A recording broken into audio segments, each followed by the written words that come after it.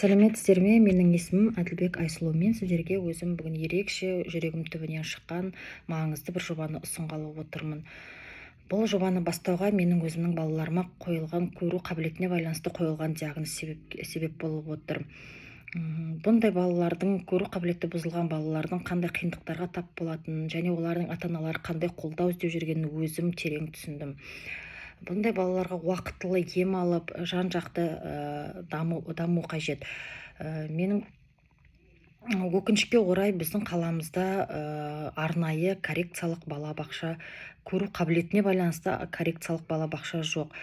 Бұндай балалар жалпы балабақшада өздерін жайлы сезіне алмайды, себебі олардың дамуына арнайы құрылғылар, мамандар және аппараттық ем қажет болады.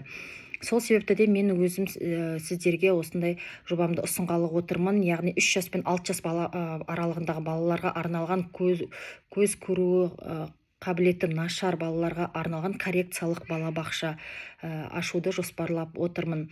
Бұл балабақшада біздер арнайы заманауи технологиялар, аппараттар арқылы, соның ішінде амбулякор, синоптофор, авторефрактометр деген секілді аппараттар арқылы балдарға уақытылы ем жүргізіліп, және де осыны теннис үстелі арқылы оларға жаттығулар жасатып, және көздеріне күнделікті жаттығулар жасату арқылы, және мамандардың, соның ішінде тифлопедагог, логопед, психолог, дефектолог мамандары арқылы бұл балаларға арнайы ем жүргізетін коррекциялық балабақша ашуды қолға алып отырмын.